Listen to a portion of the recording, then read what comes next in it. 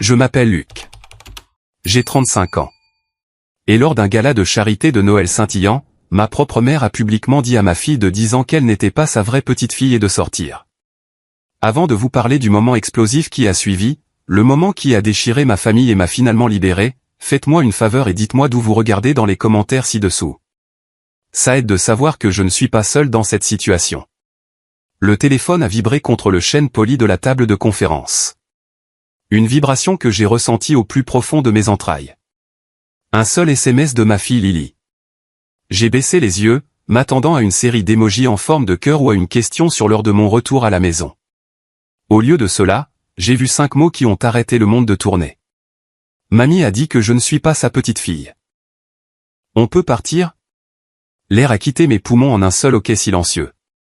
La présentation au client au milieu de laquelle je me trouvais, le projet architectural de plusieurs millions de dollars à l'écran, tout s'est dissous en un bruit insignifiant. Je me suis levé si brusquement que ma chaise a raclé le sol. J'ai marmonné une excuse, quelque chose à propos d'une urgence familiale, et je suis parti en courant. Je n'ai pas attendu de réponse. Le trajet de la ville à la grande prison qu'était la maison de mes parents à Aspen a semblé une éternité. Chaque feu rouge était une insulte personnelle. Chaque conducteur lent, un monstre. Mes jointures étaient blanches sur le volant et un œuf froid et dur de fureur se serrait dans mon estomac. C'était la seule chose que j'avais redoutée. La seule personne que j'avais juré de protéger. Je l'ai trouvé recroquevillé sur le rebord de la fenêtre de sa chambre. Une petite boule de misère, ses épaules secouées de sanglots silencieux. Je n'ai pas dit un mot. Je l'ai juste prise dans mes bras, je l'ai serrée fort et je l'ai laissée pleurer. C'est tout ce qu'un père peut faire, parfois. Juste être là. Juste être le mur qui les protège du monde, même quand les monstres sont à l'intérieur de la maison. Après qu'elle se soit endormie en pleurant dans mes bras, je l'ai délicatement allongée dans son lit et j'ai remonté les couvertures jusqu'à son menton. Puis je suis sorti de la chambre, j'ai fermé la porte, et le chagrin qui m'avait tenu debout s'est brisé, remplacé par une rage si pure et si froide qu'elle ressemblait à de la glace dans mes veines. J'ai sorti mon téléphone. Un seul SMS à mon avocat. Occupe-toi de tous. C'est tout. Cette nuit-là, mon téléphone n'a pas cessé de vibrer. 29 appels manqués de ma mère, Eleanor. Un flot de textos frénétiques de mon frère, Daniel. Je les ai tous ignorés.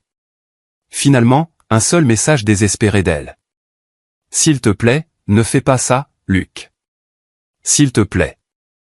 J'ai regardé le message, la supplication de la femme qui venait de briser le cœur de ma fille. Ma réponse a été courte. Mes doigts étaient stables. Tu ferais mieux de commencer à prier. Mais pour comprendre comment nous en sommes arrivés là, comment une invitation de Noël s'est transformée en guerre totale, nous devons revenir quelques semaines en arrière. Tout a commencé, comme c'est si souvent le cas, par un mensonge enveloppé dans un joli ruban. Ça a commencé par un appel de ma mère m'invitant, Lily et moi, à Aspen pour un vrai Noël en famille. L'appel est arrivé un mardi après-midi. J'étais en train d'esquisser un nouveau design, le soleil se glissant par la fenêtre de mon bureau et, pendant un instant, j'étais vraiment en paix. Puis son nom a clignoté sur l'écran. Eleanor, ma mère.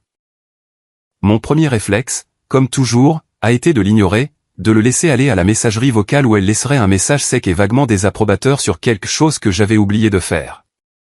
Mais quelque chose m'a poussé à répondre. Luc, chéri. Sa voix était comme du miel mêlé d'arsenic, une douceur qui avait toujours un arrière-goût amer. Je pensais juste, ça fait bien trop longtemps. Richard et moi adorerions que toi et Lily veniez à Aspen pour Noël cette année. Toute la famille sera là. Il est temps que nous soyons tous ensemble. Je me suis penché en arrière dans mon fauteuil, le crayon toujours à la main. Le silence s'est étiré entre nous. Dans ma tête, j'étais de nouveau un enfant, debout dans l'embrasure du bureau de mon père. Je tenais un dessin que j'avais fait, une esquisse détaillée d'une ville futuriste. J'en étais si fier. Je le lui ai montré. Elle y a jeté un coup d'œil, ses lèvres s'amincissant en cette ligne familière de désapprobation. C'est bien, Luc, avait-elle dit, ses yeux dérivant déjà vers le couloir où mon frère aîné, Daniel, exhibait son dernier trophée de football. Mais ne penses-tu pas que tu devrais te concentrer sur quelque chose de plus pratique ? Ton frère va devenir PDG un jour. Que vas-tu être, toi ? Un rêveur. Je me suis souvenu d'avoir 17 ans, recevant ma lettre d'admission dans l'une des meilleures écoles d'architecture du pays. J'ai couru pour leur dire. Mon père, Richard, a grogné derrière son journal. Ma mère a regardé la lettre. Eh bien, a-t-elle dit en la pliant soigneusement, je suppose que c'est mieux que rien. Le programme de pré-droit de Daniel dans son université de l'Ivy League le prépare à un véritable avenir. Assure-toi de ne pas nous faire honte, Luc. Daniel était l'enfant chéri, celui qui ne pouvait rien faire de mal. Il était l'héritier du trône invisible de la famille, celui qui reflétait l'ambition de ma mère. J'étais l'artiste, le sensible, celui qui a épousé une femme, ma belle et défunte épouse, Anna, que ma mère jugeait ne pas être du bon milieu. Après le décès d'Anna, ça n'a fait qu'empirer. J'étais un père célibataire et un architecte, un homme qui construisait des choses à partir de rien. Dans son monde, j'étais un échec, un rappel ambulant d'une vie qu'elle ne pouvait ni contrôler ni modeler à sa guise. Luc, tu es là. Sa voix m'a ramené au présent. Je suis là, ai-je dit, d'une voix plate. Pourquoi maintenant, maman?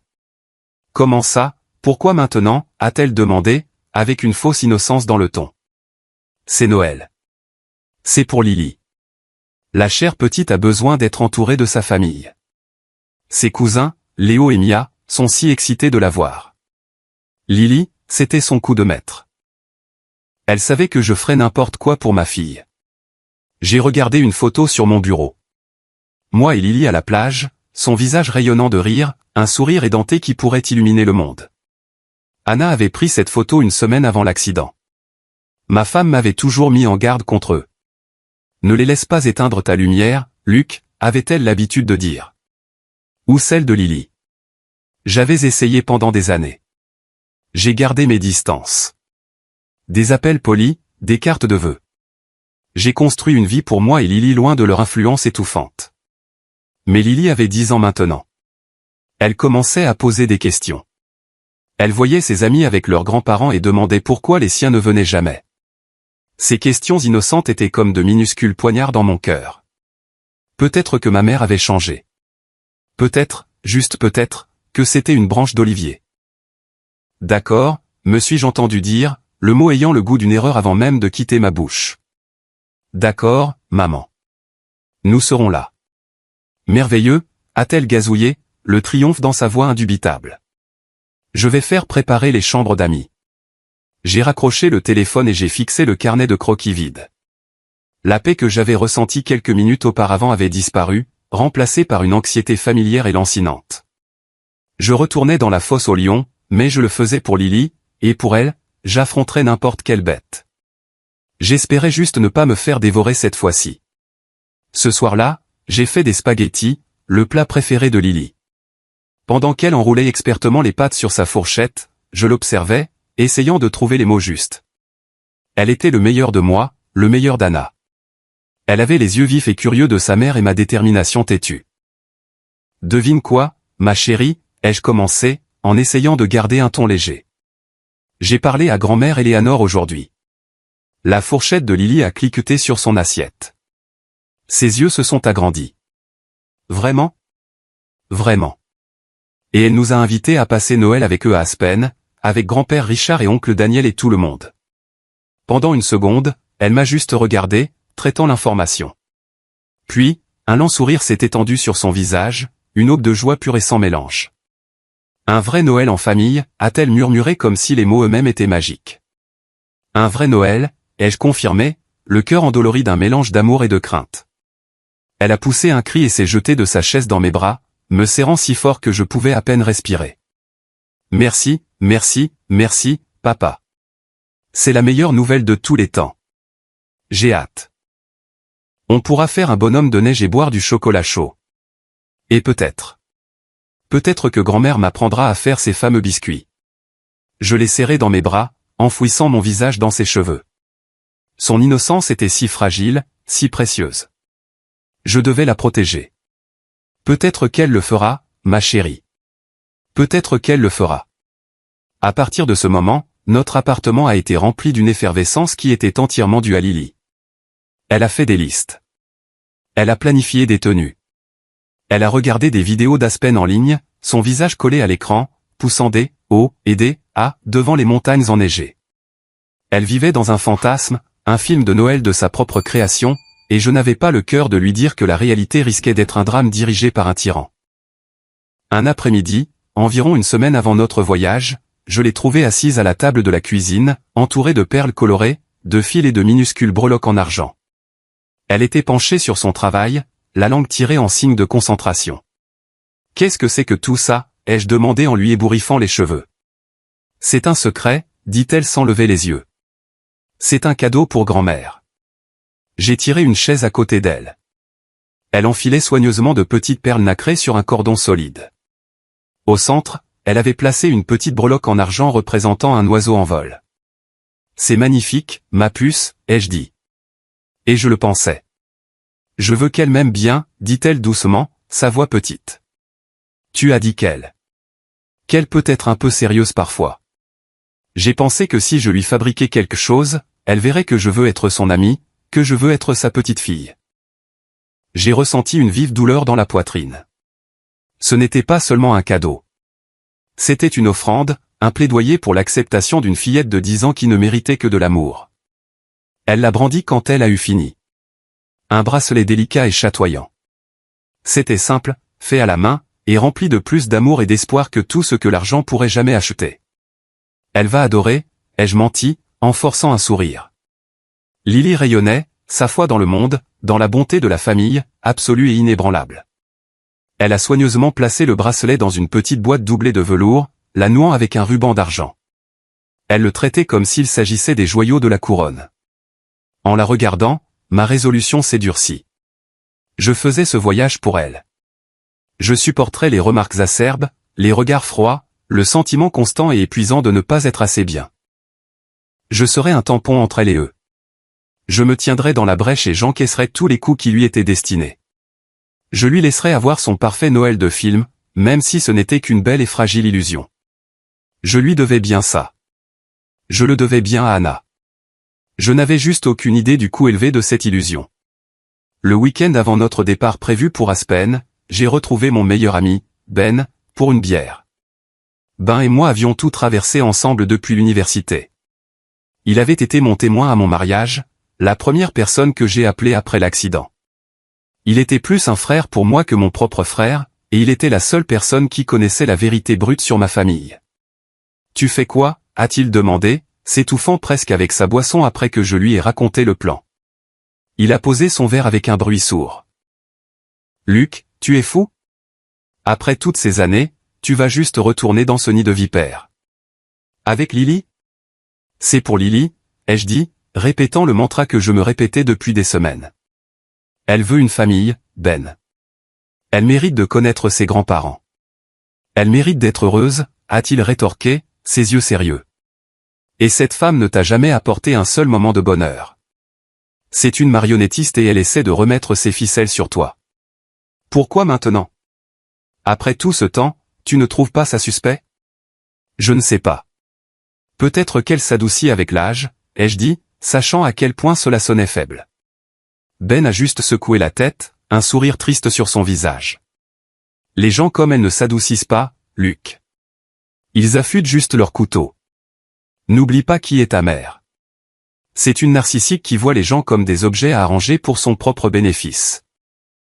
Daniel est sa possession la plus précieuse. Tu es celui qui s'est échappé. Et Lily est ta fille, pas la sienne. À ses yeux, cela en fait une menace. Ces mots étaient durs, mais ils sonnaient vrais. Ils disaient tout ce que mon instinct me hurlait. Sois juste prudent, a-t-il dit, son ton s'adoucissant. Garde les yeux ouverts et promets-moi qu'à la seconde où elle recommence ses manigances habituelles, tu prends Lily et tu fiches le camp. N'attends pas. Ne lui trouve pas d'excuses. Pas, c'est tout. Je le promets, ai-je dit. La promesse semblait lourde, un poids dans ma poitrine. Le lendemain de ma conversation avec Ben, j'ai reçu un appel d'un numéro inconnu. J'ai failli ne pas répondre, mais j'attendais un appel d'un entrepreneur. Luc, mon chéri, c'est ta tante Carole, la sœur cadette de ma mère. Sa voix était mielleuse, un trait qu'elle partageait toutes les deux. Elle était la dame de compagnie de ma mère, sa principale source de commérage et d'information. Oh, salut, tante Carole. Ça fait un bail. Je sais, Et c'est tout simplement merveilleux d'apprendre que toi et ta douce petite fille venez pour Noël. Éléanore est aux anges. Nous sommes tous si ravis. Oui, nous avons hâte, ai-je dit, en essayant de paraître enthousiaste. J'appelais juste pour savoir s'il y a quelque chose de spécial dont Lily pourrait avoir besoin. Des allergies? A-t-elle une couleur préférée? Nous voulons que tout soit parfait pour elle. En surface, c'était un geste attentionné, mais je savais mieux. C'était de la reconnaissance. Elle collectait des données pour Éléanore. Chaque question était une sonde subtile, un moyen de trouver une faiblesse, une préférence qu'elle pourrait plus tard utiliser ou se moquer. C'est une fillette de 10 ans, Carole, ai-je dit en gardant ma voix égale. Elle n'est pas si compliquée. Elle aime la neige et le chocolat chaud. Ça ira. Bien sûr, dit-elle, son ton ne vacillant jamais. Eh bien, nous avons vraiment hâte de vous voir tous les deux. Ça va être le meilleur Noël de tous les temps. J'ai raccroché le téléphone avec un profond sentiment de malaise. L'avertissement de Ben résonnait dans mes oreilles. L'appel de tante Carole ressemblait à un éclaireur envoyé avant l'avancée d'une armée. Il ne se préparait pas pour une réunion de famille. Il se préparait pour un spectacle. Et je me dirigeais volontairement, moi et ma fille, droit sur leur scène. Mon dernier point d'ancrage d'espoir était que je me trompais. Que cette fois, juste cette fois, famille signifierait vraiment famille. La route sinueuse de montagne menant à la maison de mes parents à Aspen était magnifique. La neige s'accrochait au pain comme du sucre en poudre, et l'air était vif et pur. Lily sautillait pratiquement sur son siège, le visage collé à la vitre. « Regarde, papa, c'est comme une carte postale », s'exclama-t-elle. J'ai souri, son excitation un baume temporaire sur mes nerfs à vif. « C'est vrai, ma chérie. » Alors que nous remontions la longue allée chauffée menant à l'imposante demeure en rondin et en pierre, la porte d'entrée s'est ouverte. Ma mère, Éléanore, se tenait dans l'embrasure, une image d'élégance calculée dans un pull en cachemire et un pantalon parfaitement coupé. Mon père, Richard, se tenait un pas derrière elle, un fantôme dans sa propre maison, son expression aussi neutre et illisible que jamais. « Vous êtes là ?» a dit Éléanore, son sourire n'atteignant pas tout à fait ses yeux. C'était une déclaration, pas un accueil. Elle se pencha raidement vers Lily. « Ma parole, tu as grandi. »« Je t'ai fait quelque chose, grand-mère ?» dit Lily, la voix remplie d'espoir alors qu'elle tendait la petite boîte nouée d'un ruban. Éléanore la prit, ses doigts manucurés touchant à peine ceux de Lily. « Quelle délicate attention !» dit-elle sans même la regarder. Elle posa la boîte sur une table de hall voisine, parmi le courrier et les clés de voiture, comme s'il s'agissait d'un prospectus. J'ai vu le visage de Lily se décomposer pendant une fraction de seconde avant qu'elle n'affiche un sourire courageux. Mon propre sourire semblait figé sur mon visage. « Entrez. Entrez. Vous laissez entrer le froid, » a dit Éléanore, se retournant et rentrant dans la maison. Nous les avons suivis dans la grande pièce où un feu rugissait dans une immense cheminée en pierre.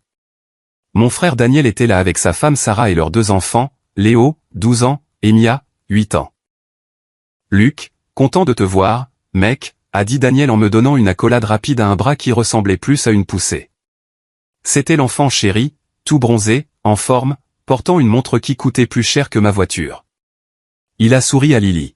« Salut, championne. Prête pour un vrai Noël à la montagne ?» Sarah m'a adressé un sourire plus chaleureux et plus sincère. « C'est si bon de vous voir tous les deux, Luc. Lily, tu es magnifique. » J'avais toujours aimé Sarah. Elle semblait déplacée dans ma famille, comme une fleur sauvage qui aurait accidentellement poussé dans un jardin méticuleusement entretenu mais stérile. « Le dîner est presque prêt », a annoncé Éléanore en frappant dans ses mains. « Allez vous laver les mains. Nous mangeons dans la salle à manger formelle ce soir. » 15 minutes plus tard, nous sommes entrés dans la salle à manger.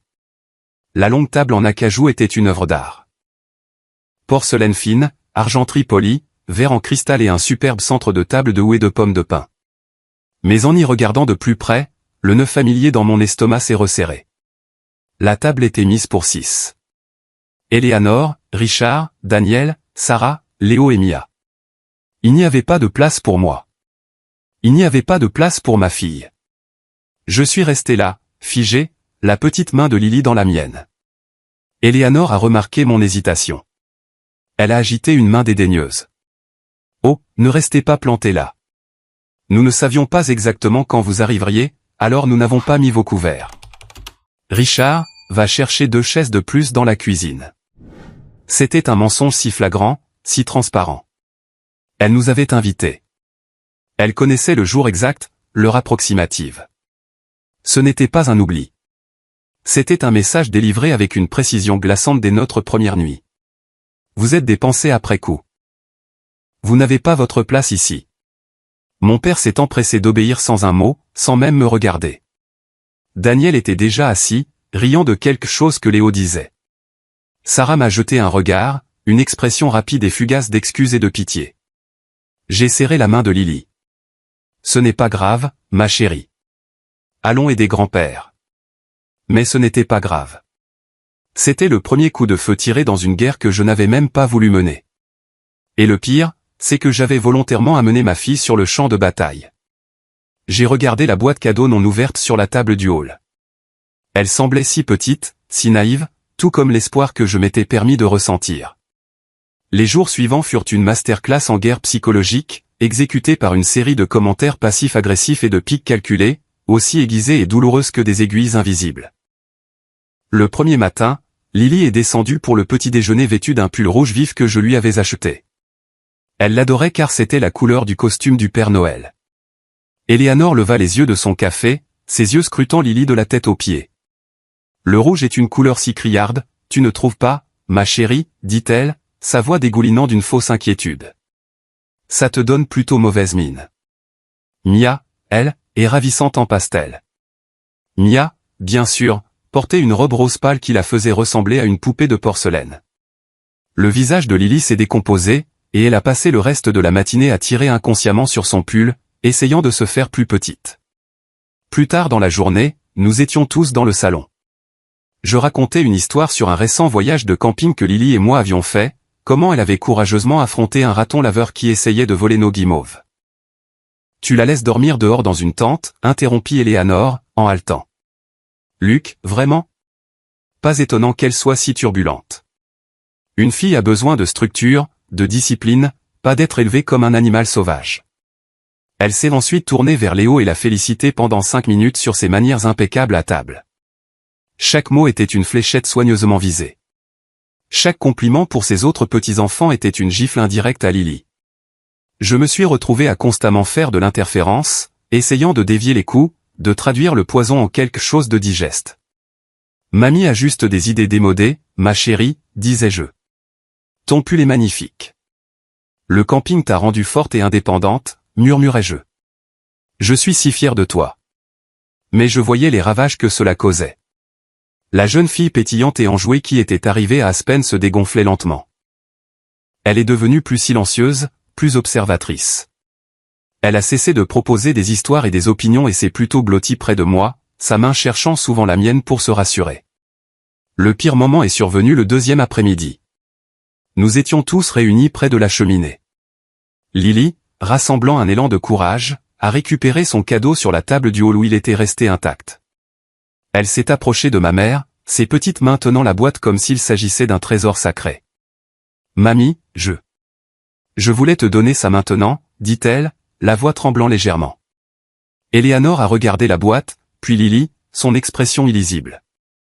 Elle l'a prise et a lentement dénoué le ruban. Elle a soulevé le couvercle.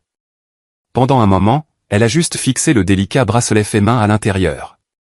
La breloque en forme d'oiseau argenté brillait à la lueur du feu.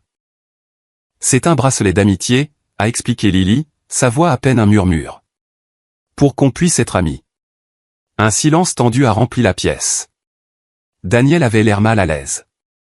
Mon père fixait intensément le feu. Sarah regardait, son visage gravé d'inquiétude.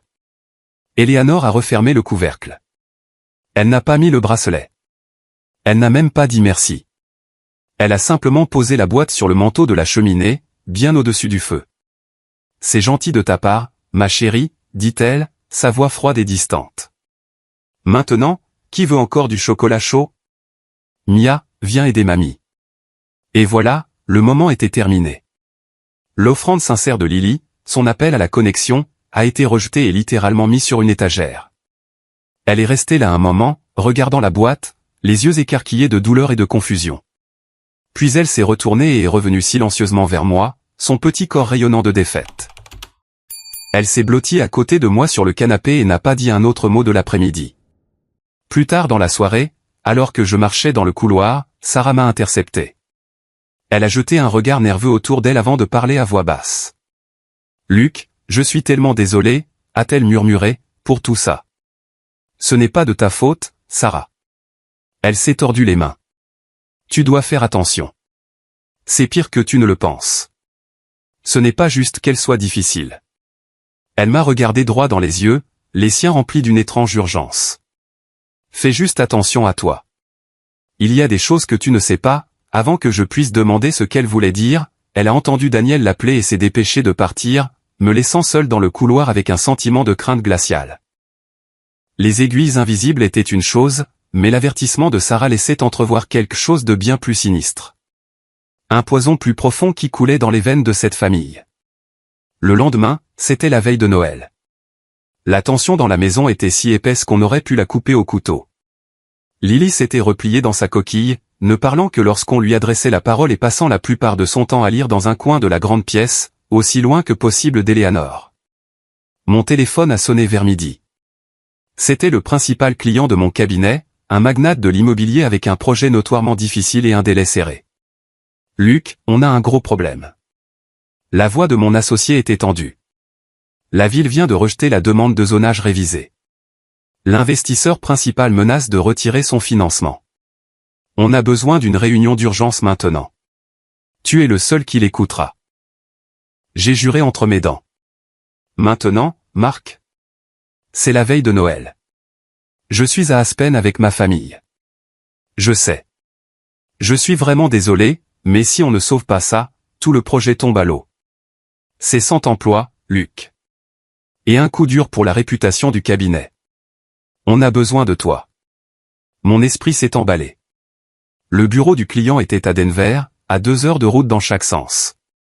Avec la réunion, je serais parti au moins 5, peut-être 6 heures, laissant Lily seule ici dans ce nid de serpents.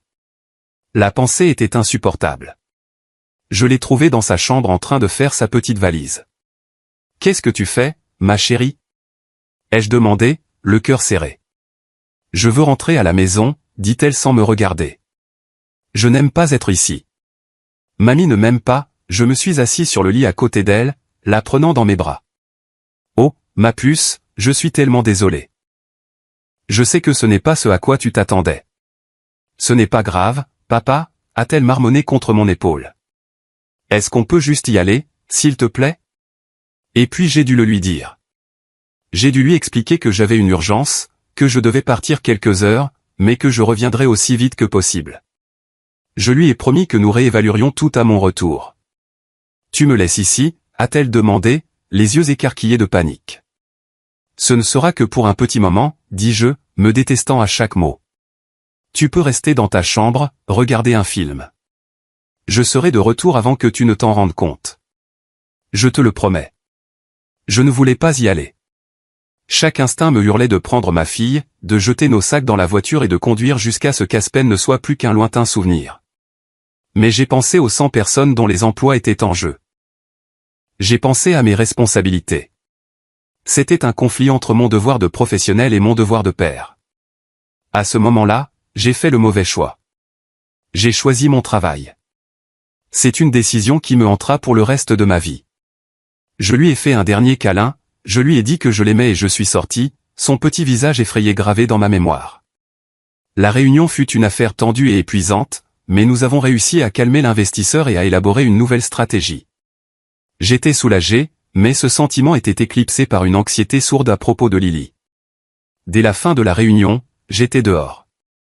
En montant dans ma voiture, mon téléphone a vibré. C'était le texto, les 5 mots qui ont tout changé. Mamie a dit que je ne suis pas sa petite fille. On peut partir? Le sang s'est retiré de mon visage. Le monde s'est rétréci à l'écran lumineux dans ma main. Elle avait attendu. Eleanor avait attendu que je sois parti, que ma fille soit complètement seule et vulnérable pour lui porter son coup final et le plus cruel. La bête avait enfin montré ses vrais crocs, et j'avais laissé ma petite fille seule dans la cage avec elle. Je ne me souviens pas du trajet de retour à Aspen. C'était un flou de vitesse et de fureur. J'ai poussé la voiture aussi vite que possible, mes mains agrippant le volant si fort que mes os me faisaient mal. Tout ce que je voyais, c'était le visage terrifié de Lily. Tout ce que j'entendais, c'était l'écho de ma propre promesse stupide. Je serai de retour avant que tu ne t'en rendes compte. J'ai garé la voiture brutalement et je me suis précipité par la porte d'entrée. La maison était remplie des bruits de rire et de verres qui tintent. Ils étaient dans la salle à manger, en train de prendre un dîner de réveillon festif. En passant en trompe devant la porte, je les ai tous vus assis autour de la table, un portrait de famille parfait. Mais la chaise de Lily était vide. J'ai monté les escaliers 2 par 2. Sa porte était fermée. Je l'ai poussée doucement. Lily. Elle était recroquevillée sur le rebord de la fenêtre, comme je l'avais imaginé, regardant la neige tomber. Elle ne s'est pas retournée quand je suis entré. « Eh, ma chérie, je suis de retour », ai-je dit, la voix pleine d'émotion. Elle m'a finalement regardé, ses yeux rougis et vides. L'étincelle qui était si unique en elle avait disparu. C'était comme si quelqu'un avait éteint une lumière à l'intérieur d'elle. « Je veux rentrer à la maison maintenant, papa », a-t-elle murmuré. Je me suis assis à côté d'elle et je l'ai prise sur mes genoux. Elle semblait si petite, si fragile. « D'accord, ma puce, on y va. Mais d'abord, peux-tu me dire ce qui s'est passé ?» Son histoire est sortie en sanglots discrets et hésitants. Après mon départ, elle s'était sentie seule et avait décidé de descendre, dans l'espoir de regarder un film de Noël. Elle a trouvé tout le monde dans le salon. Elle a dit bonjour. Personne n'a répondu. Ma mère était là, dirigeant mon père sur la façon d'accrocher une guirlande. J'ai demandé si je pouvais aider, a pleuré Lily, enfouissant son visage dans ma poitrine. Je voulais juste aider. Elle m'a dit qu'Eleanor s'était tournée vers elle, le visage de pierre. Et puis elle avait prononcé les mots qui se cachaient sous la surface depuis tout ce temps. Tu n'es pas ma petite fille. Tu es la fille d'une femme qui était indigne de cette famille. Et tu es la fille d'un homme qui a été une déception constante. Tu n'as pas ta place ici. Sors de ma vue. Mon sang s'est glacé. Dire cela à n'importe quel enfant est monstrueux. Le dire à sa propre chair et son propre sang, à une petite fille dont le seul crime était de vouloir votre amour, c'était impardonnable. Lily sanglotait dans mes bras. Pourquoi me déteste-t-elle autant, papa? Qu'est-ce que j'ai fait de mal? Rien, dis-je, ma voix un murmure rauque. Tu n'as rien fait de mal, ma puce. Ce n'est pas à propos de toi. C'est à propos d'elle. Elle est brisée à l'intérieur. Je l'ai tenue jusqu'à ce que sa respiration se régularise et qu'elle s'endorme d'épuisement. Assis là dans le noir, regardant la neige tomber, quelque chose en moi a changé. La partie de moi qui avait toujours désiré leur approbation, qui avait espéré une réconciliation, est morte. Elle s'est flétrie et s'est transformée en cendres. Et de ces cendres, quelque chose de nouveau, de dur et de dangereux a grandi à sa place. J'ai délicatement allongé Lily dans son lit. J'ai sorti mon téléphone, mes doigts bougeant avec une certitude calme et glaçante. J'ai ouvert l'application mémo vocale. Puis je l'ai réveillée doucement. Ma chérie, j'ai besoin que tu fasses quelque chose de très difficile pour moi, ai-je murmuré. J'ai besoin que tu me dises encore une fois ce que grand-mère a dit. Exactement ce qu'elle a dit. Peux-tu le faire? Ses yeux se sont à nouveau remplis de larmes, mais elle a hoché la tête courageusement. À travers ses sanglots, elle a répété les horribles paroles, la voix de son enfant se brisant de douleur. J'ai enregistré chaque syllabe. C'était la chose la plus cruelle que j'ai jamais eu à faire, mais c'était aussi nécessaire. J'avais maintenant mon arme, et j'allais réduire leur monde entier en cendres avec. Après que Lily se soit rendormie, je suis descendu. Les bruits du dîner s'étaient estompés. Je pouvais les entendre dans la grande pièce, le faible murmure de la conversation, l'éclat de rire occasionnel. C'était comme si rien ne s'était passé, comme s'ils n'avaient pas juste brisé le cœur d'une petite fille. Je suis passé devant eux, ignorant le regard interrogateur de Sarah et le regard dédaigneux de ma mère. Je suis allé directement au bar et je me suis servi un verre bien tassé. J'en avais besoin. Mes mains tremblaient, non pas de peur, mais d'une rage si profonde qu'elle était presque paralysante. Leur crier dessus ici, en privé, serait inutile. Eleanor nierait. Mon père resterait silencieux et Daniel prendrait son parti, comme il l'a toujours fait. Il ferait bloc, me manipulerait et retournerait la situation pour que ce soit de ma faute. Non, une confrontation privée était ce à quoi ils s'attendaient. C'était ce pourquoi ils étaient préparés. J'avais besoin d'une scène différente, plus grande. Mes yeux sont tombés sur une épaisse invitation gaufrée posée sur la table basse. Vous êtes cordialement invité au gala de charité annuel de la Fondation pour l'enfance d'Aspen, organisé par Eleanor et Richard Palmer. Demain soir, jour de Noël. Le point culminant du calendrier social d'Aspen. Une soirée où ma mère se tiendrait sur une scène et parlerait de l'importance de la famille, de la communauté et de la compassion, tout en se prélassant dans l'adulation de ses riches amis. C'était parfait. C'était une scène construite sur l'hypocrisie, et j'étais sur le point de faire s'effondrer toute la production. Mon esprit a commencé à travailler. L'architecte en moi voyant la structure du problème et concevant une solution. J'avais besoin d'un levier. J'avais besoin d'alliés. Je suis retourné à l'étage et j'ai passé 2 appels. Le premier était à Ben. Ils ont franchi la ligne, ai-je dit, ma voix basse et dure. Ça va se passer. J'ai besoin que tu sois prêt. Je n'ai pas eu à expliquer. Il savait. Le deuxième appel était à mon avocat. J'ai expliqué la situation, l'historique de la violence psychologique, le favoritisme flagrant, et maintenant ceci. C'était un requin, le meilleur dans son domaine, spécialisé dans les litiges successoro-familiaux complexes. Avez-vous une preuve de cela? A-t-il demandé. J'ai un témoin de 10 ans avec le cœur brisé, ai-je dit. Et j'ai un plan. C'est là que je lui ai envoyé le texto. Occupe-toi de tous. C'était un ordre. Je voulais qu'il commence à creuser. Examiner le trust familial, le testament, les finances de la fondation, tout. Le pouvoir de ma mère reposait sur 2 choses, son statut social et son argent. J'allais lui prendre les 2. J'ai regardé la liste des invités pour le gala. Près du sommet se trouvait un nom qui a fait-il dans mon plan. Monsieur Harrison, le PDG de Harrison Holdings. C'était le plus grand promoteur immobilier de la ville, un homme dont ma mère désirait désespérément le respect. Il était aussi le plus gros client potentiel de mon cabinet. Je le courtisais pour un projet colossal depuis des mois. Ma mère pensait qu'elle organisait une fête. Elle n'avait aucune idée qu'elle préparait en fait le terrain pour sa propre chute. Je ne la laisserai pas s'en tirer avec ce qu'elle a fait à ma fille. La guerre arrivait, et j'étais enfin prêt à me battre. La salle de bal de la station de montagne suintait la richesse. Des lustres en cristal jetaient une lueur chaude sur des centaines d'invités en smoking et robes de soirée. Un quatuor à cordes jouait doucement dans un coin. C'était une scène d'élégance civilisée parfaite, et tout était un mensonge. Je suis entré avec Lily en me tenant la main. Elle portait une simple robe de velours bleu foncé et ressemblait à une petite princesse, bien que ses yeux soient encore assombris par la tristesse. Nous avions passé un marché. Elle serait courageuse pour moi pendant un petit moment, puis nous quitterions cet endroit pour toujours. Ma famille était à une table près de l'avant. Ils ont levé les yeux à notre approche, la surprise scintillant sur leur visage. Ils s'attendaient clairement à ce que je sois déjà rentré chez moi la queue entre les jambes. Luc, a dit ma mère, sa voix tendue, un sourire d'hôtesse plaqué sur son visage pour le bénéfice de ceux qui regardaient. Je suis surprise de te voir. Je pensais que toi et Lily vous reposeriez. On ne manquerait ta grande soirée pour rien au monde, maman, ai-je dit, ma voix faussement calme. J'ai tiré une chaise pour Lily à la table, juste à côté de la mienne. Un acte de défi silencieux. Nous avons notre place ici. Le dîner fut un exercice de tension extrême. Je pouvais sentir les regards interrogateurs de mon frère, les coups d'œil nerveux de Sarah, la fureur froide émanant de ma mère. Je les ai tous ignorés, concentrant mon attention sur Lily, m'assurant qu'elle mangeait, lui chuchotant des blagues à l'oreille pour la faire sourire. Finalement, le moment est venu.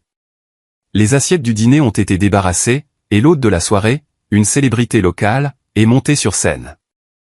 Et maintenant, a-t-il tonné, c'est un grand honneur pour moi de vous présenter le cœur et l'âme de cette fondation, un pilier de notre communauté, l'incroyable Madame Eleanor Palmer.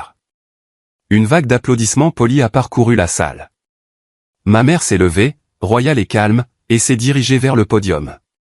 Elle a rayonné sur la foule, s'imprégnant de leur admiration. Merci. Merci à tous, a-t-elle commencé, sa voix remplie d'une sincérité étudiée. Cela me réchauffe le cœur de voir tant de gens généreux réunis ici ce soir. Car que sommes-nous sinon une communauté? Que sommes-nous sinon une grande famille ici pour nous entraider? Elle a continué, tissant une belle toile de mots sur la sainteté de l'enfance, l'importance de l'amour, le devoir moral de protéger les innocents. J'ai ressenti une vague de nausée viscérale. La famille, a-t-elle dit, sa voix enflant d'émotion alors qu'elle atteignait son apogée, est le fondement de tout. C'est notre première et plus importante confiance. C'est là que nous apprenons la compassion, où l'on nous enseigne nos valeurs, où nous nous sentons en sécurité et aimés sans condition. C'était mon signal. Alors que les applaudissements commençaient, je me suis levé. J'ai délicatement soulevé une Lily endormie dans mes bras et j'ai commencé à marcher vers la scène. Un silence s'est abattu sur la salle. Les gens se sont tournés sur leurs sièges, murmurant, confus. Le quatuor à cordes a hésité et s'est tu. Tous les yeux dans la salle de bal étaient sur moi. J'ai vu la panique traverser les yeux de ma mère. Mon père avait l'air de vouloir que le sol l'avale. J'ai monté les quelques marches et je me suis tenu juste à côté d'elle au podium. Je me suis penché vers le microphone, mon cœur battant un rythme régulier et déterminé contre mes côtes. « Excusez-moi » ai-je dit, ma voix claire et amplifiée, résonnant dans la salle silencieuse. Ma mère a parlé si éloquemment de l'importance de la famille. Je l'ai regardée directement, ma voix baissant à un calme glacial. Je ne pourrais pas être plus d'accord. Elle a essayé d'attraper le microphone, mais je l'ai tenu fermement. Son sourire parfait avait disparu, remplacé par un masque de rage à peine contrôlé. Le spectacle était terminé. La véritable histoire était sur le point de commencer. Je serrai Lily un peu plus fort. Son petit corps, une présence chaude et solide contre le froid du moment. Je pouvais la sentir trembler, mais elle s'accrochait fermement. Elle était mon courage. J'ai reporté mon attention sur la foule silencieuse qui observait. J'ai vu Monsieur Harrison à sa table, son expression d'une curiosité intense et captivante. Avant de continuer à collecter des fonds pour aider les enfants de cette communauté, dis-je, ma voix résonnant avec une clarté que je ne me connaissais pas, je pense qu'il est important que tout le monde entende une histoire sur un enfant, ici même, dans cette famille. Une histoire sur ce qui se passe quand les valeurs dont ma mère vient de parler ne sont rien de plus que des mots vides pour une scène. Eleanor siffla entre ses dents. « Luc, arrête ça tout de suite. Tu fais une scène. Tu mets cette famille dans l'embarras. » L'embarras, dis-je, ma voix toujours amplifiée par le microphone. Parlons de l'embarras. Parlons de la douleur. J'ai sorti mon téléphone de ma poche. En quelques pressions, je l'ai connecté au système de sonorisation de la salle de bal. Un moment de Larsen a crissé dans les haut-parleurs, faisant sursauter tout le monde. Et puis il y a eu un nouveau son. Le son de la voix de ma fille, petite et brisée, a rempli la vaste salle silencieuse. J'ai demandé si je pouvais aider. Je voulais juste aider. Ces sanglots enregistrés ont résonné sur les lustres en cristal. Chaque personne dans cette salle était figée, leur visage un mélange de choc et d'horreur naissante. J'ai regardé ma mère. La couleur a quitté son visage, laissant sa peau d'un blanc pâteux et maladif. Mon père fixait son assiette comme si elle contenait les secrets de l'univers. Et puis sont venues les dernières paroles accablantes de l'enregistrement de ma fille. Elle a dit, tu n'es pas ma petite fille. Tu n'as pas ta place ici. Sors de ma vue. Un hoquet de stupeur collectif a balayé la salle de bal. Le silence qui a suivi était absolu, plus lourd et plus profond que n'importe quel son. C'était le son d'une réputation qui se brisait. Le son d'un monde soigneusement construit qui s'effondrait en poussière. J'ai arrêté l'enregistrement. J'ai regardé directement Monsieur Harrison. Son visage était un masque de fureur froide. Il ne me regardait pas. Il fixait Eleanor, ses yeux remplis d'un mépris total. Ma mère, acculée et exposée, a finalement craqué. La façade élégante s'est fissurée, révélant la bête laide et grondante en dessous. Il ment, a-t-elle crié dans le microphone, essayant de me l'arracher des mains. Cette fille n'a causé que des ennuis depuis son arrivée.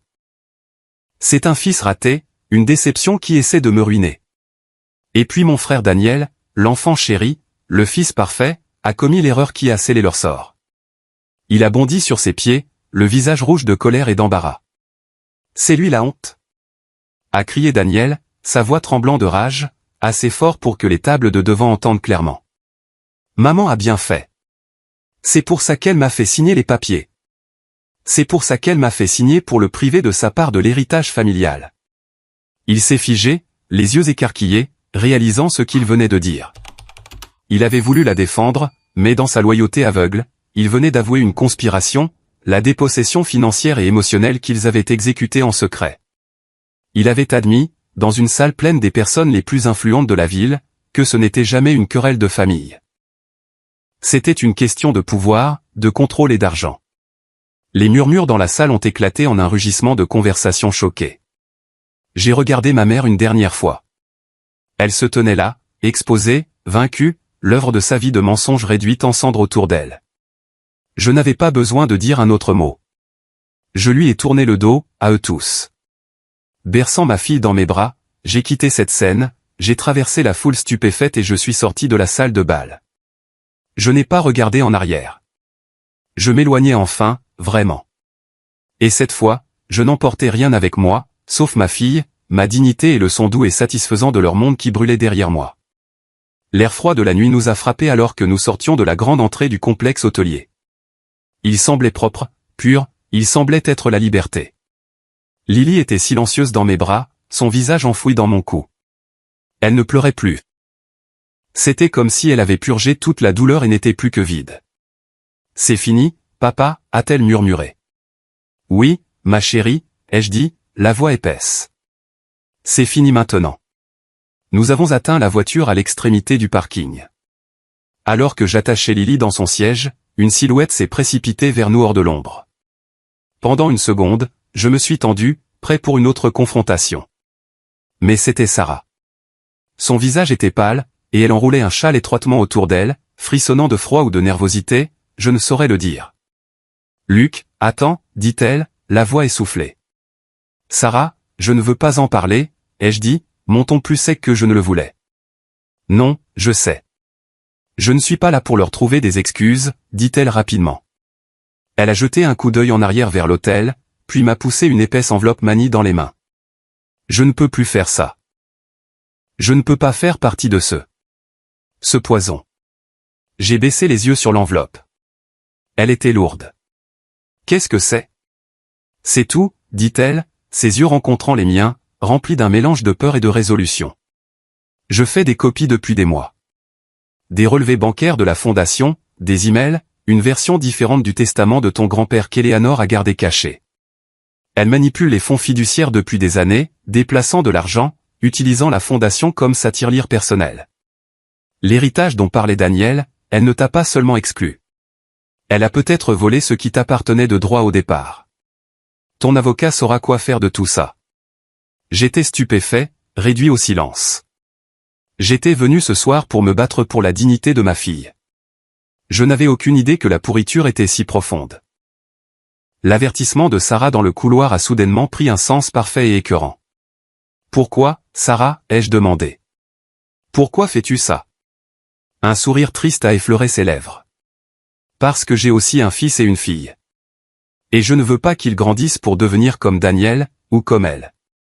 Ils méritent mieux. Et toi aussi. Elle a regardé Lily endormie dans son siège auto. Elle aussi. Elle m'a serré rapidement le bras. Va-t'en d'ici, Luc. Ne regarde jamais en arrière. Et sur ce, elle s'est retournée et a disparu dans l'obscurité. Je suis resté là un moment, l'enveloppe lourde dans ma main me semblant à la fois une arme et une clé. Une arme pour finir ce que j'avais commencé et une clé pour un avenir libéré de leurs mensonges. Je suis monté dans la voiture, j'ai démarré le moteur et j'ai quitté le parking. Dans le rétroviseur, le complexe hôtelier scintillant est devenu de plus en plus petit jusqu'à n'être plus qu'une autre lumière dans la vaste nuit sombre de la montagne. La voix du narrateur devient chaleureuse, s'adressant directement au public. C'est le moment qui a tout changé. Le moment où j'ai finalement repris le contrôle de ma vie. Merci d'être resté avec moi jusqu'ici. Vous êtes incroyable. Si vous le pouviez, aidez-moi s'il vous plaît en aimant cette vidéo et en commentant avec un ci-dessous. Juste pour que je sache que vous avez fait ce voyage avec moi jusqu'à ce point. Cela n'aide pas seulement plus de gens à trouver cette histoire. Cela me fait savoir que mes expériences signifient quelque chose pour quelqu'un d'autre. Votre soutien est la plus grande motivation pour moi de continuer à partager le reste de ce voyage. Nous ne sommes pas retournés à la maison. Impossible. J'ai descendu la montagne et j'ai trouvé un hôtel tranquille pour la nuit. La première chose que j'ai faite a été d'envoyer par email des photos de chaque document de l'enveloppe de Sarah à mon avocat. Sa réponse a été presque immédiate. Je m'y mets. Ne leur parlez pas. Ne répondez à aucun appel. Les jours suivants ont été un tourbillon de reportages et d'appels téléphoniques, ceux auxquels j'étais autorisé à répondre. L'incident du gala de charité d'Aspen est devenu le scandale de la saison. Les nouvelles voyagent vite dans les petites villes riches.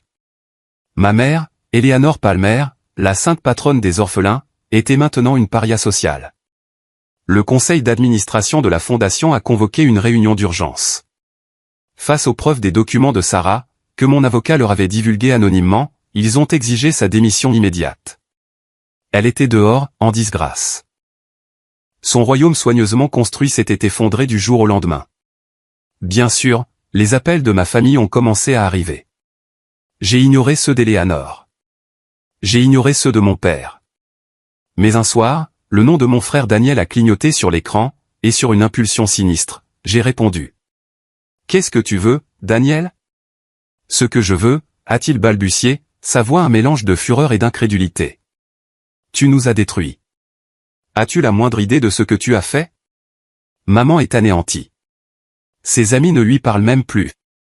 Harrison Holdings vient de se retirer d'une grosse affaire avec mon cabinet. Cela a ruiné notre réputation. J'ai failli rire. C'était toujours une question de leur réputation, de leur argent, de leurs sentiments. Tu as raison, Daniel, ai-je dit, ma voix dangereusement calme.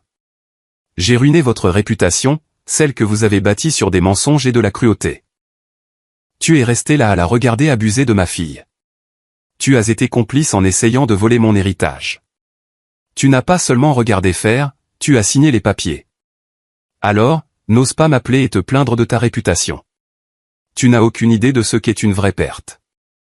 J'ai raccroché avant qu'il ne puisse répondre. Le dernier appel est arrivé un jour plus tard. C'était de mon père, Richard. J'ai répondu, curieux morbide d'entendre quelle excuse il aurait. Sa voix était différente. Elle était faible, tremblante. Luc, a-t-il commencé. Mon fils, Je voulais juste dire, je suis désolé. Désolé de quoi, papa, ai-je demandé, ma voix dénuée d'émotion. Désolé de ce qu'elle a fait ou désolé qu'elle se soit finalement fait prendre? Il y a eu un long silence au bout du fil.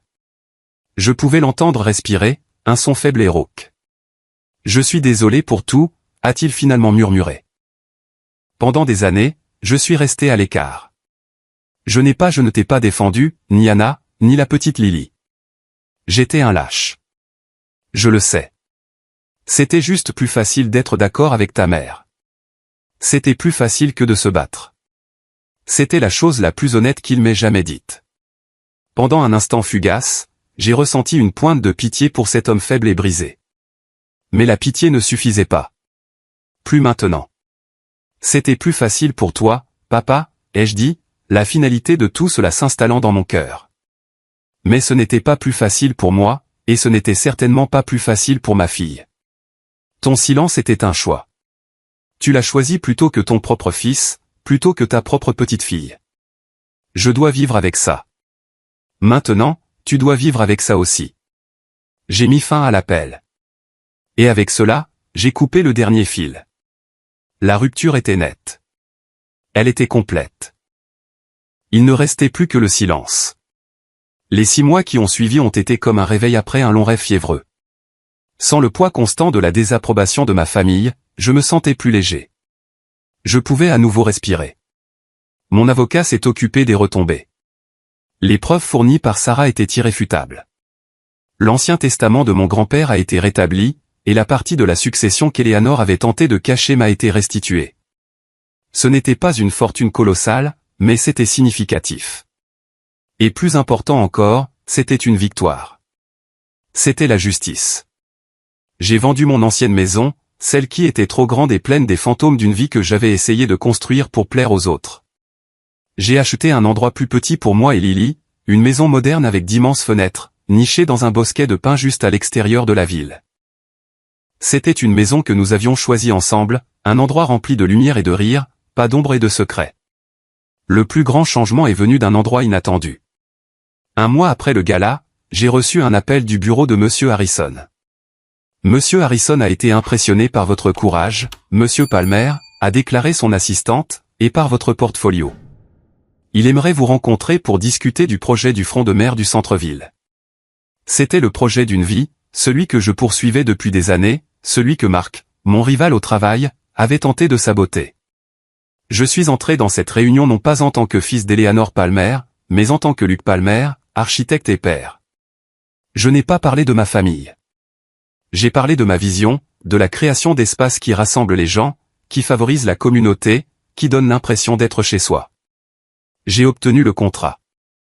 C'était une justification qui avait un goût plus doux que n'importe quelle vengeance. Mon succès n'était pas quelque chose qu'il m'avait donné ou permis d'avoir. C'était quelque chose que j'avais gagné par mes propres moyens, construit non seulement sur mon talent, mais aussi sur mon intégrité. J'ai mis de côté une partie de l'héritage pour le fonds d'études de Lily, assurant que son avenir était en sécurité, construit sur une fondation que j'avais posée, pas une que l'on m'avait donnée. J'ai même obtenu la promotion dans mon cabinet pour laquelle je travaillais depuis si longtemps. La vie était, pour la première fois, vraiment la mienne. Mais la vraie guérison s'est produite dans les petits moments. C'était en apprenant à Lily à faire du vélo dans notre rue tranquille. C'était dans les petits déjeuners aux crêpes les dimanches matins. C'était en la regardant redécouvrir sa personnalité brillante et confiante, ne cherchant plus la désapprobation par-dessus son épaule. Un samedi ensoleillé, nous travaillions dans le jardin, plantant une petite parcelle de fleurs sauvages. Lily était couverte de terre, une tache sur le nez, et elle bavardait à propos d'un livre qu'elle lisait. Elle a fait une pause, regardant notre nouvelle maison, le soleil se reflétant sur les grandes baies vitrées. « J'aime bien être ici, papa, dit-elle, la voix douce. « Moi aussi, ma puce, dis-je, le cœur plein. Moi aussi. » On se sent en sécurité. Ce seul mot m'a frappé plus fort que n'importe quelle insulte. En sécurité. C'était la seule chose que le manoir de ses grands-parents, avec toute sa richesse et sa grandeur, n'avait jamais été. Et c'était la seule chose que je passerais le reste de ma vie à m'assurer que notre maison le serait toujours. Nous construisions une nouvelle vie, un nouvel héritage, un jour tranquille et heureux à la fois. Le passé commençait enfin à ressembler à ce qu'il était, un autre pays, un endroit que j'avais quitté il y a longtemps et que je n'avais aucun désir de revisiter. Un après-midi d'automne frais, une lettre est arrivée. Elle était postée d'une petite ville à quelques états de là que je ne reconnaissais pas. L'adresse de l'expéditeur ne comportait qu'un nom, Sarah. Je l'ai ouverte avec un sentiment d'appréhension. Lily était chez une amie, et la maison était silencieuse. Je me suis assis à la table de ma cuisine et j'ai lu la lettre qui allait fournir la dernière pièce manquante du puzzle. Cher Luc, j'espère que cette lettre te trouvera, toi et Lily, en bonne santé. J'ai vu les nouvelles concernant ton projet avec Harrison Holdings. Félicitations. Personne ne le mérite plus. Je t'écris parce que je sentais que je te devais une explication finale, et peut-être des excuses pour mes années de silence. Comme tu l'as peut-être deviné, Daniel et moi ne sommes plus ensemble. Les événements de Noël ont été la goutte d'eau qui a fait déborder le vase pour moi. Je ne pouvais plus élever mes enfants dans cette maison, sous cette influence. Le divorce a été compliqué, mais nécessaire. Nous avons déménagé et nous recommençons à zéro. Pendant des années, j'ai observé comment ta mère te traitait, et je n'ai jamais compris la profondeur de son animosité. C'était plus que le fait que tu ne sois pas le fils qu'elle voulait. C'était plus profond, plus personnel. Après mon départ, ton père et moi avons eu une dernière conversation honnête. C'était un homme brisé, plein de regrets. Et il m'a dit la vérité. La vraie raison pour laquelle Eleanor détestait tes choix, et par extension, toi. C'était à propos d'Anna. J'ai arrêté de lire, le souffle coupé. Anna. Ta mère était pathologiquement jalouse d'elle. Non seulement parce qu'Anna était belle et gentille, mais parce que tu l'aimais si complètement. Dans l'esprit tordu d'Eleanor, Anna avait réussi là où elle avait échoué. Elle avait capturé ton cœur, ta loyauté, d'une manière qu'Eleanor, avec tout son contrôle et sa manipulation, n'a jamais pu. Quand tu as épousé Anna, tu ne choisissais pas seulement une épouse. Tu choisissais un autre type de vie, une autre définition de la famille. Tu choisissais l'amour plutôt que le devoir, et c'était une trahison qu'elle ne pouvait jamais pardonner. Quand Anna est décédée, je pense qu'une partie de ta mère a été soulagée. Elle pensait qu'elle pourrait enfin te récupérer, te modeler en le fils qu'elle avait toujours voulu. Mais ensuite, il y a eu Lily. Lily, qui ressemble tant à sa mère. Lily, qui est un rappel vivant et respirant de la femme qui te l'a volée. Chaque fois qu'Eleanor regardait ta fille, elle ne voyait pas sa petite fille. Elle voyait la victoire d'Anna. Elle voyait son propre échec. C'est malade, et c'est tragique. Ça n'excuse rien de ce qu'elle a fait. Pas une seconde. Mais je pensais que tu méritais de savoir. Sa cruauté n'était pas due au fait que tu sois une déception. C'était dû au fait qu'elle était consumée par une jalousie si profonde qu'elle préférait te détruire plutôt que de te voir heureux avec le souvenir d'une femme avec laquelle elle ne pourrait jamais rivaliser. Je vous souhaite tout le meilleur, Luc. Tu as brisé le cycle. Sois heureux. Cordialement, Sarah. J'ai plié la lettre, mes mains tremblant légèrement. C'était une révélation à la fois choquante et, d'une manière étrange, libératrice. Toutes ces années, j'avais pensé que son traitement envers moi était parce que je n'étais pas assez bien. Je n'étais pas assez intelligent, pas assez ambitieux. Je n'étais pas Daniel. J'avais porté ce fardeau d'inadéquation toute ma vie. Mais il ne s'agissait jamais de moi. Il s'agissait de ses propres insécurités tordues, de sa propre jalousie pathétique. Je n'étais pas un fils raté. J'étais juste le fils d'une femme incapable d'un amour sincère. Cette connaissance n'a pas effacé les cicatrices, mais elle a changé leur signification. Ce n'étaient plus les marques de mon échec, mais les reliques d'une bataille que j'avais survécue. Une bataille que j'avais gagnée. Sarah avait raison. Le cycle était brisé, et j'étais enfin complètement libre. Notre premier Noël dans la nouvelle maison a été calme, et c'était parfait. Il n'y a pas eu de grand dîner, pas de conversation tendue, pas d'attente. Juste moi, Lily, un sapin de Noël légèrement de travers et une montagne de biscuits que nous avions préparés ensemble, mettant un désordre glorieux dans la cuisine. Le matin de Noël, après l'ouverture de tous les cadeaux, j'ai remarqué Lily assise près de la fenêtre, regardant les pins enneigés. Elle tenait le délicat bracelet de perles qu'elle avait fabriqué tous ces mois auparavant, celui que ma mère avait jeté de côté. « Tu l'as gardé ?» ai-je dit doucement, en m'asseyant à côté d'elle. Elle a hoché la tête, passant son pouce sur la petite breloque en forme d'oiseau argenté. J'ai décidé de le garder pour moi, dit-elle, sa voix claire et confiante d'une manière qu'elle n'avait pas eue il y a un an. Ce n'est plus un bracelet d'amitié. C'est mon bracelet et je suis digne. Il me rappelle que je mérite d'être aimé, quoi qu'il arrive. Elle a levé les yeux vers moi et a souri, le sourire de sa mère, brillant et plein de vie. Et je suis aimé, n'est-ce pas? Je l'ai serré dans une étreinte féroce, la gorge serrée par l'émotion. Plus que tout dans l'univers entier, ma puce. Plus que tout. J'ai regardé notre petite maison chaleureuse. Le feu crépitait. L'odeur de cannelle et de pain remplissait l'air. Ce n'était pas un palais à Aspen. Il n'y avait pas d'antiquité hors de prix ni de salle à manger formelle. Mais c'était la nôtre. C'était une maison construite sur de nouvelles fondations, celle de la confiance, du respect et de l'amour inconditionnel. J'ai enfin compris. La famille, ce n'est pas une question de sang. Ce n'est pas une question d'obligation ou de nom de famille. C'est une question de qui se tient à vos côtés. C'est une question de qui est présent, qui vous élève et qui vous aime. Non pas pour ce qu'ils veulent que vous soyez, mais pour ce que vous êtes. Il s'agit de la famille que vous choisissez, la famille que vous construisez. En regardant ma fille courageuse, résiliente, merveilleuse, je savais que nous avions tout ce dont nous aurions jamais besoin. Nous avions l'un l'autre, et nous étions enfin chez nous. Merci d'avoir écouté mon histoire. J'espère qu'elle vous a touché d'une manière ou d'une autre. Avez-vous déjà eu à faire face à une situation similaire dans votre propre vie? S'il vous plaît, partagez votre histoire dans les commentaires ci-dessous. Et n'oubliez pas d'aimer cette vidéo et de vous abonner pour ne pas manquer la suite. Votre soutien signifie le monde pour moi.